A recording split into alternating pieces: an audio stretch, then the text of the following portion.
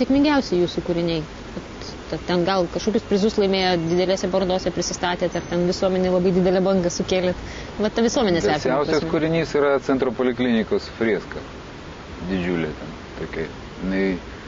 Jos istorija labai sena, nes eskizas buvo padarytas 88 metais, bet tada nepraleido. Toks buvo Lionginės Šepetis, toks trečias sekretorius. Ir jo žmona ten dirba, tai Centro poliklinika, tai buvo studentų poliklinika. Sako, kad mums čia nereikia tokio meno dar. Jie kaip tik ten apie Salvadorą knygą kažkokią rašo daly. Sako, ne. 30 metų nereikia Salvadoro daly dar. Sakau, gal jūs klystat, sakau. Dar kokie 15 metų gal ir padarysiu. Praėjo daugiau biški. Bet aš padariau tą freską. Ten tapyba ant sienos šiaip su akrilinė tempera. Toks garsiausias, sakysim, darbas. Rezonansinis. O šiaip tai buvo parodos rotušė, bet, matot, aš ne iš tų madingų, kurie ten legendos apie save kūrė kažkokias ten.